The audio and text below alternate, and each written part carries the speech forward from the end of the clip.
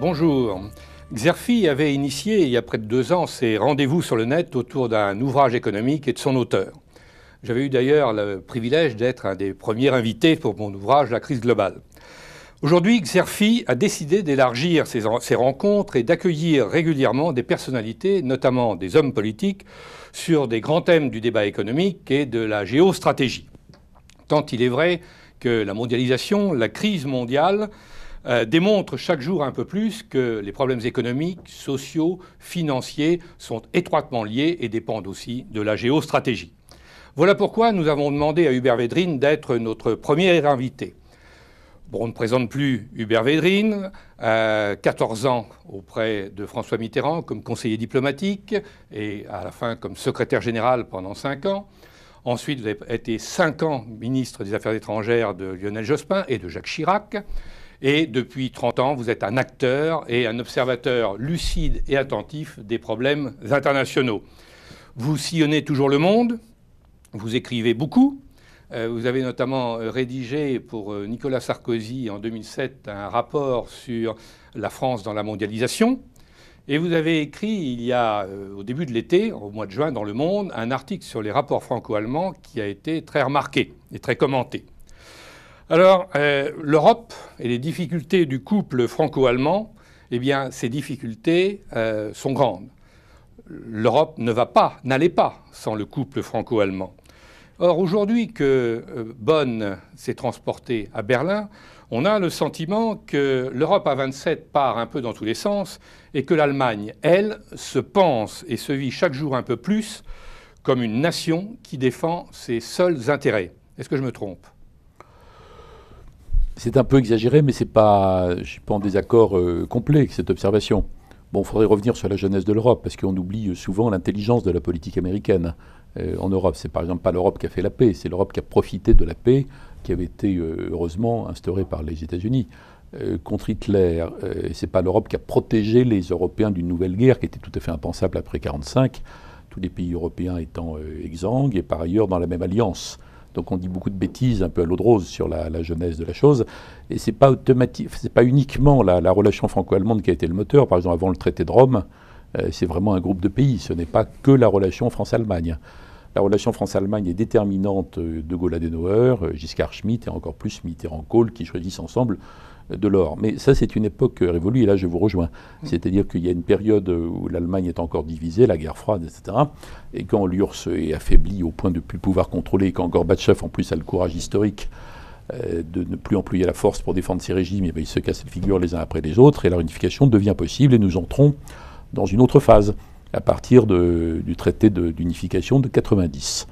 Et l'Allemagne est différente, ce qui fait que autant le grand ministre allemand des Affaires étrangères, Genscher, disait pendant très longtemps il n'y a plus d'intérêts nationaux allemands, il n'y a que des intérêts européens. Quand Schröder devient chancelier, il dit je vais défendre les intérêts nationaux allemands. Et avec Merkel encore plus. Et il le dit non, pas plus, autant que Schröder. Il le dit au Bundestag, mais il défend autant l'Europe. C'est pas du tout contradictoire. Donc ça me paraît absolument normal, pas étonnant. En fait, tous les pays européens ont continué à défendre leurs intérêts essentiels et leurs intérêts nationaux.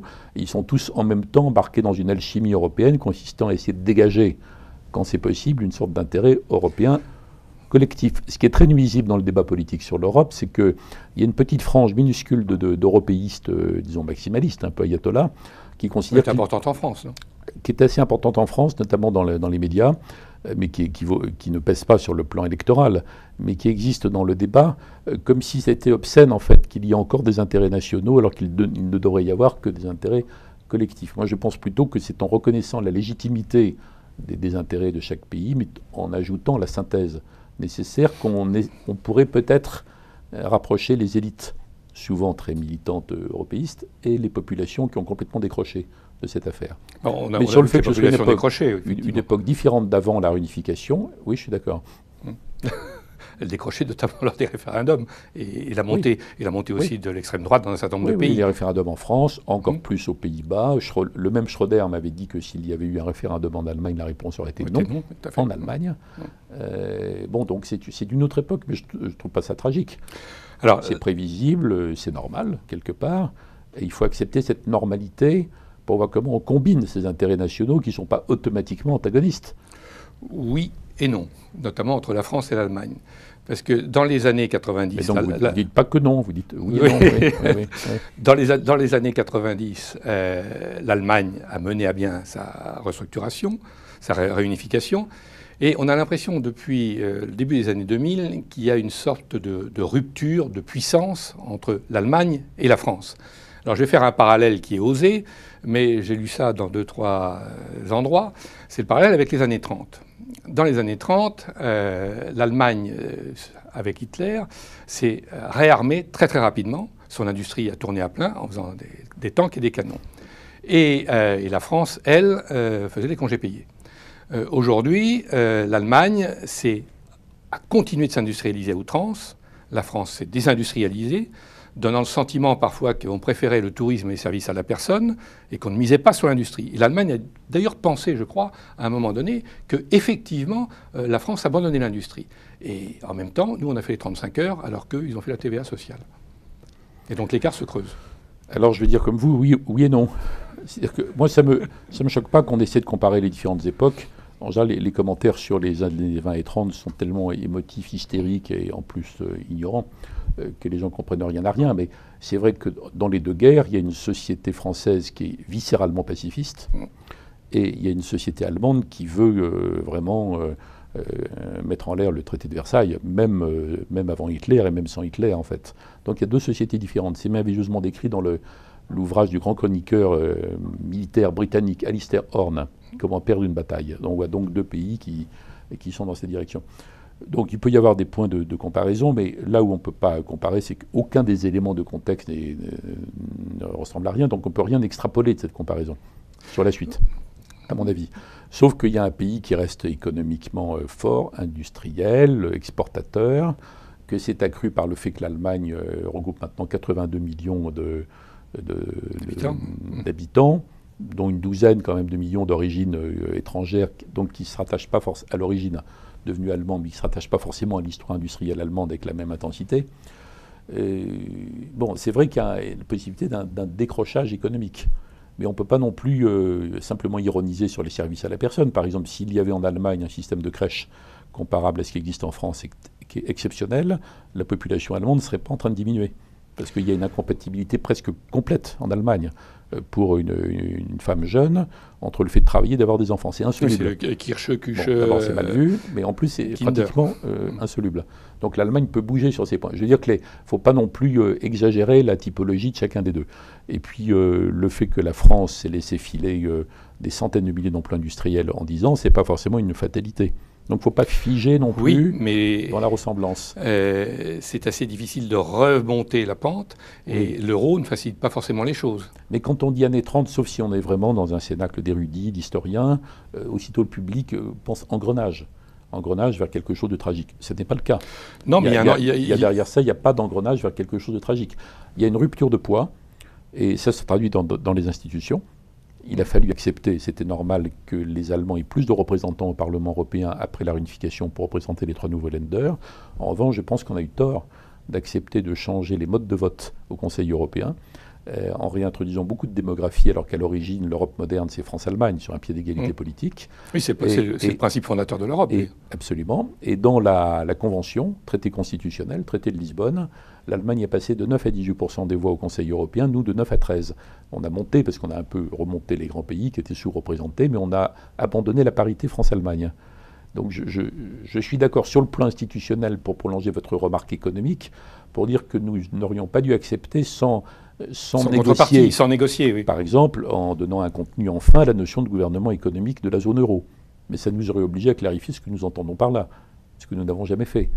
Donc, je suis à fond pour le couple franco-allemand, c'est un mot dépassé, puis de toute façon qui était trop sentimental et trop introverti.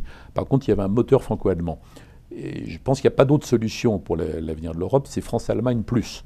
Et il n'y a rien qui puisse se substituer à ça. L'Allemagne seule n'y arrivera pas, d'ailleurs ce n'est plus son projet, parce que se satisfait d'une sorte de statu quo. Elle peut viser l'Est. Oui, mais ça ne remplace pas. Pour faire fonctionner l'Europe à 27 et même la zone euro, elle peut prétendre le faire seule, elle n'y arrivera pas. Et il n'y a pas de solution de remplacement à la relation France-Allemagne. Donc il se peut qu'il n'y en ait pas d'ailleurs. Il se peut qu'il y ait une stagnation. Mais je ne crois pas qu'il y ait un risque d'une France qui décrocherait complètement par rapport à ça. Le poids de la France reste encore beaucoup plus grand que ce que croient les Français, parce qu'ils passent de l'exaltation creuse au masochisme souvent. Et ils ont du mal à s'équilibrer sur ces questions. Bref, je pense qu'il y a un avenir pour un moteur franco-allemand qu'il faut reconstruire constamment, parce qu'il n'y a jamais de réaction presque spontanément identique entre les deux pays. Même après 50 ans de religion d'État, de l'amitié franco-allemande, c'est des pays très différents en fait, sur plein de sujets. Donc ça doit se construire. Donc il faut des dirigeants politiques qui ont ce souci, constamment. Oui. C'est pas impossible. Est-ce qu'ils se comprennent? Est-ce que nos deux dirigeants actuels se comprennent bien? Non, pas tellement, mais c'est pas que, entre guillemets, de leur faute, et ça n'a pas commencé avec eux. Déjà entre Schröder et Chirac et Schröder-Jospin pendant le premier mandat de Schröder, ça ne fonctionnait pas. C'est pour ça d'ailleurs que les relations France-Allemagne passaient presque entièrement entre Joschka Fischer et moi dans cette période. Dans le deuxième mandat Schröder-Chirac, il y a plus d'entente, mais c'est un accord défensif. Oui, c'est Schröder qui dit à Chirac « je ne touche pas à la PAC tant que tu es là », et Chirac qui dit « je ne conteste pas tes demandes institutionnelles ». C'est un mauvais deal d'ailleurs, mais il y a eu une sorte de deal bilatéral, vous voyez. Puis alors après, on est dans une sorte de normalité avec Merkel, quelque chose qui est appelé à durer. C'est pour ça qu'on ne peut pas reconstruire du moteur franco-allemand par nostalgie, mais simplement en se disant on est quand même dans une bagarre mondiale, parce que le monde multipolaire, c'est une bagarre multipolaire quand même. Oui, bon, mais... Donc il faut peser, donc il faut qu'ensemble on pèse. À commencer par le G20, il faut qu'on ait les mêmes positions dans le G20. C'est faisable tout ça. Alors, il ne faut pas être les intérêts de l'Allemagne d'avance. Et nos intérêts ne sont pas forcément les mêmes, ne serait-ce que la gestion de l'euro. Pas forcément, mais ce n'est pas forcément l'inverse. Oui, mais dans la gestion de l'euro... On a eu la preuve avec cette crise énorme autour de la Grèce. Les Allemands ne voulaient pas. Madame Merkel voulait éviter ça, notamment par rapport à des élections régionales. En plus, les Grecs n'étaient pas prêts à avaler la potion amère. Il a fallu et du temps et le courage extraordinaire de Papandréou pour faire passer ça. Et à un moment donné, Madame Merkel a dit si j'y vais quand même, j'ai pas le choix. Donc on a eu la démonstration. Et si le système euro avait dû éclater, c'était là. À mon avis. Vous ne pensez pas qu'il peut rééclater? Parce que les problèmes demeurent. La Grèce, c'est un énorme problème de compétitivité. L'Espagne aussi. Or, oui, comme il n'y a plus de dévaluation compétitive... L'épreuve de force, le crash test a eu lieu. Est-ce qu'il ne peut pas se reproduire? L'euro est en train de remonter. Peut-être, oui, ça c'est gênant pour les... Ah oui, c'est gênant pour tout le monde. Oui, enfin c'est gênant pour tous les exportateurs européens. Mais il va monter, il va descendre. Non, si la question est-ce que ça va éclater, je ne pense pas, moi. Mais je ne peux pas le prouver, j'en sais rien. Je ne suis pas devin. Hein. Je ne suis pas comme les gens qui font de la futurologie. Je crois plutôt pas.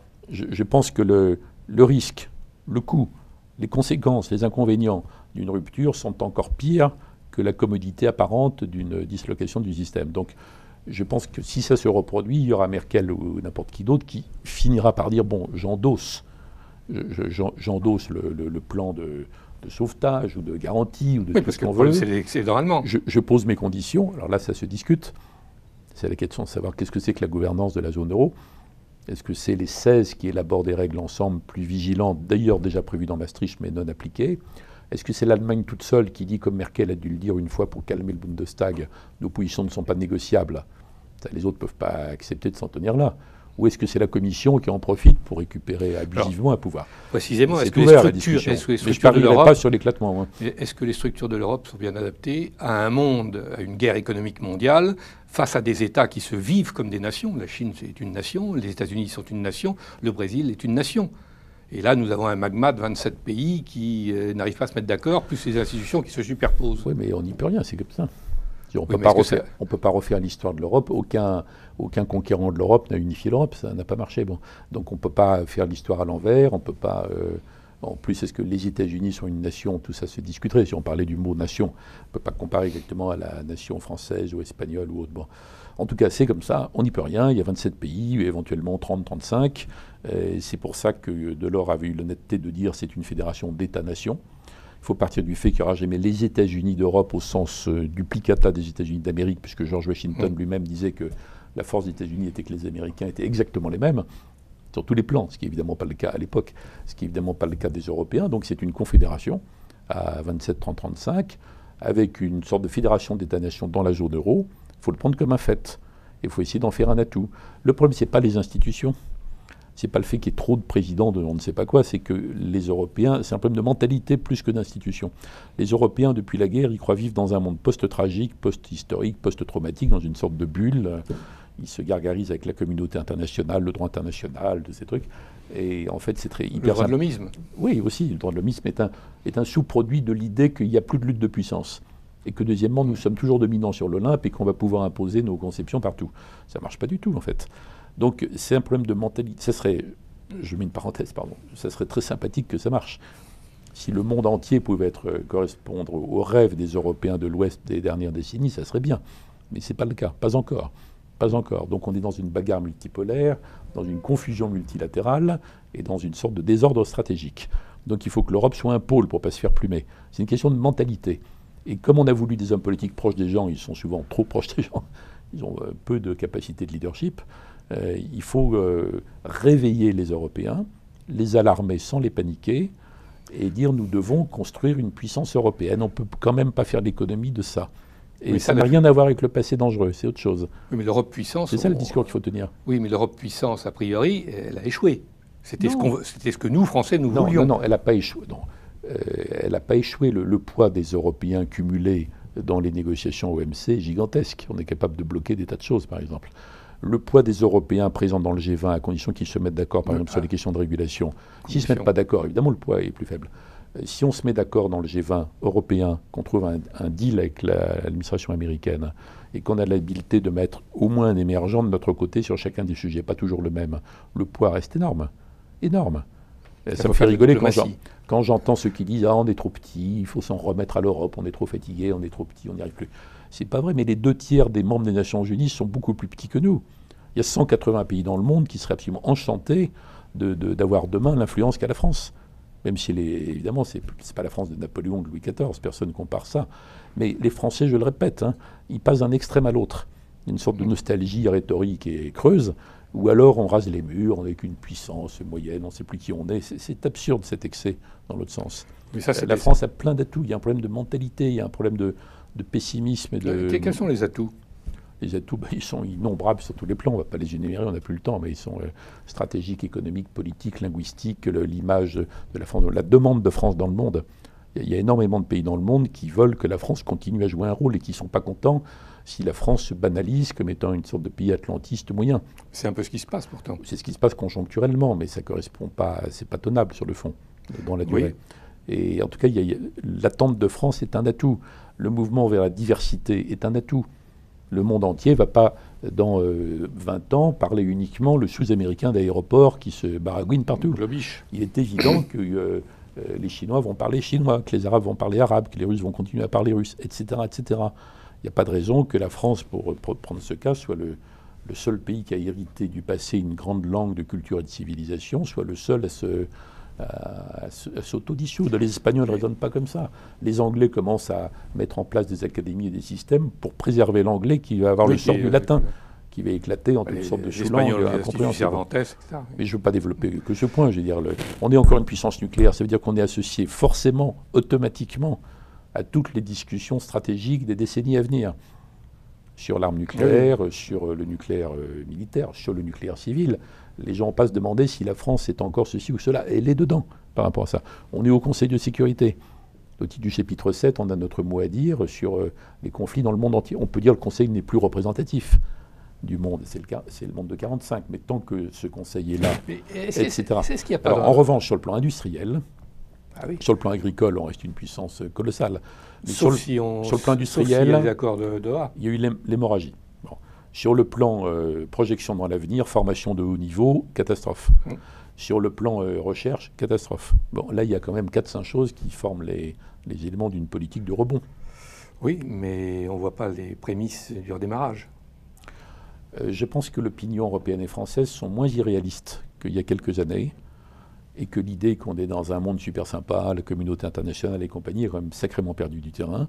Tous les gens qui vivent dans le monde de l'économie sont très réalistes. C'est normal, quand ils ne sont pas réalistes, ils sont balayés. Et je pense qu'il y a une disponibilité de l'opinion publique sur un sursaut français et une Europe puissance qui est beaucoup plus grande que ce que croient les dirigeants, les hommes politiques en général. Je voudrais revenir sur l'Europe. On a vu les Grecs signer un accord avec les Chinois. Oui, ils n'ont pas de raison de s'en priver. Oui. Si les Chinois veulent aider à développer les ports grecs, pourquoi pas? Pour rentrer leurs marchandises, c'est bien évident. Oui. Et ce sont les entreprises chinoises qui, évidemment, ont les contrats du Pirée et autres. C'est-à-dire qu'il n'y a aucune unité et aucune unité d'action face à la Chine. Non, mais ça, c'est le point de départ. C'est pas anormal que les Européens soient divisés, c'est anormal qu'ils le restent. Donc au lieu de dire c'est affreux, l'Europe se divise, il faut dire non, on sait très bien que les Européens, au point de départ, ont des positions différentes, notamment en politique étrangère, relations internationales, y compris économiques. Nous devons fabriquer de la convergence. Donc au lieu de sortir des textes creux dans les réunions européennes ou autres, il faut dire c'est un fait que nous sommes différents, mais nous nous donnons des calendriers pour, par exemple, établir une position commune sur la Chine, sur la Russie, donc sur l'énergie. Je pense que les dirigeants européens, aussi bien communautaires que dans les différents pays, devraient être beaucoup plus carrés, beaucoup plus francs, et ça serait plus roboratif. Cette tâche est à accomplir. C'est pas comme si on avait été unifiés avant et que ce soit affreux qu'on se divise aujourd'hui. Nous ne sommes pas encore unifiés. Mais au total, tous les Européens ont intérêt à ce que l'Europe devienne un pôle de puissance dans la bagarre multipolaire et pas simplement un espace de compétition pour les autres. C'est l'intérêt de tout le monde. Même des Allemands. C'est notre position à nous, Français. Mais est-ce que c'est bien la position, par exemple, des nouveaux pays de l'Est? Non. Les pays de l'Est, ils commencent à évoluer énormément parce qu'ils croyaient qu'il suffisait d'être atlantiste certains envisagent de revenir vers 150%. Sous la tutelle de Moscou, dans les pays baltes. Dans la tutelle, c'est exagéré comme terme. Et puis de toute façon, la Russie, c'est pas une puissance émergente, c'est une puissance surnageante. Il ne faut pas exagérer le poids de la Russie. Elle a gardé un pouvoir, disons, de nuisance résiduelle périphérique pour des pays qui sont à côté. Bon. Non, mais pour considérer que c'est normal que c'est aussi la sphère d'influence, je veux dire, ça c'est pas... Oui, bien sûr. De toute façon, vous déplorez constamment la dépendance de beaucoup de pays européens par rapport aux États-Unis. Moi, personnellement, je pense qu'on a fait une erreur en élargissant. Bon, maintenant, effectivement, le vin est tiré, il faut le boire. Mais tous les pays européens n'avaient que ça comme priorité à l'esprit. Que ça. Mais on a dénaturé le projet européen, c'est indiscutable. Ça dépend ce qu'était le projet, on ne sait pas très bien, il a changé de sens plusieurs fois. Le premier projet européen, c'est d'empêcher l'Union soviétique de mettre la main sur l'Europe de l'Ouest. Oui. C'est ça le projet d'origine, le vrai projet d'origine. Et d'avoir un pôle de développement économique qui permette... Non, les fédéralistes européens, vous savez, le culte, les pères fondateurs, Schuman, Monnet, tout ça. Monnet, c'est un atlantiste total, il n'a jamais parlé de puissance européenne. Jamais. Jamais. Oui, c'est les Français, c'est d'autres Français qui ont essayé d'interpréter ça dans ce sens. Derrière, on a voulu faire de l'Europe le moyen de transposer notre puissance française dans une Europe, avec l'aide de l'Allemagne, pour peser plus. On ne peut pas le faire mécaniquement, on ne peut pas imposer nos trucs à tout le monde, même l'Allemagne ne peut pas. Mais on ne peut pas l'imposer à tout le monde, il y a forcément une part de compromis. Mais je trouve que ça reste la bonne réponse.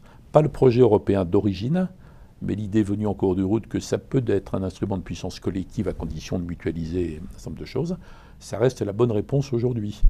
C'est simple, dans la bagarre multipolaire, soit on est un pôle, soit on est un espace. Bon. Comment on devient un pôle, c'est la question. Mais c'est tout à fait devant nous, c'est pas perdu. C'est pas perdu. Il y a beaucoup d'opinions publiques qui se posent la question, qui sont moins naïves. Les gouvernements sont partagés. Mais oui, parce que les gouvernements... y compris les Allemands. Oui, mais les gouvernements sont affaiblis. Tous les gouvernements aujourd'hui en Europe sont affaiblis. Par quoi? Par leur opinion publique. Oui, mais on ne peut pas supprimer l'opinion publique. Oui, non, mais et à ce moment-là, soumis à des élections régulièrement, et donc ils battent en retraite. Oui, mais on ne peut pas adopter le système chinois, bien sûr. Non, mais les Chinois, oui, mais les Chinois... Il y a des gens dans une centaine de pays dans le monde qui disent, au fond, le système chinois, c'est pas mal. Parce que les Chinois, d'ailleurs, quand on leur parle de la vertu des libertés démocratiques, ils disent, écoutez, en attendant de vouloir nous imposer votre système, nous, le nôtre, il marche pour le moment. Il est clair qu'on ne peut plus imposer notre système à personne, mais il est clair aussi que les Chinois ont quand même plusieurs problèmes sérieux et qui vont se développer, de demande salariale, de demande d'espace public, de respect des droits élémentaires. Ils ont une opinion publique qui commence à monter, ils ont les internautes, et ils le savent d'ailleurs, les dirigeants chinois, ils en sont préoccupés. Cela dit, ils vont pas... il y a encore pour plusieurs dizaines d'années de différences majeures, donc ça ne règle pas notre problème. Moi, je pense qu'en Europe, il y a les données, il y a l'espace pour un discours volontaire, intelligent, roboratif, isolant les points clés qui fait que, par exemple, par rapport aux Chinois dont vous parliez, il faudrait, les Grecs ne sont pas en état aujourd'hui, bien sûr, il faudrait arriver à un stade où on dit aux Chinois, on est très content que vous développiez, bravo, très bien, magnifique.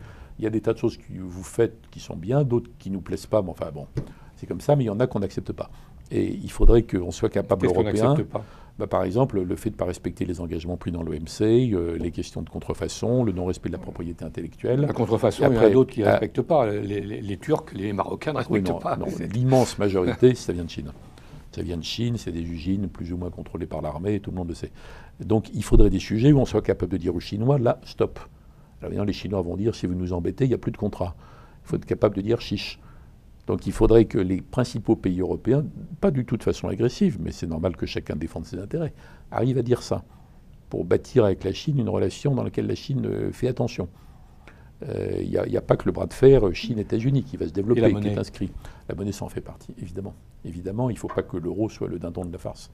Et c'est pourtant ce qui est en train de se profiler, non? C'est un risque. Mais je suis d'accord qu'il y a un risque. Moi, j'ai écrit plusieurs fois que l'Europe risquait de devenir l'idiot du village global, à force d'avoir uniquement des bons sentiments et de ne plus être capable de gérer les rapports de force. Donc je suis d'accord. Je suis largement d'accord. Je ne vais pas aussi loin que vous sur certains points.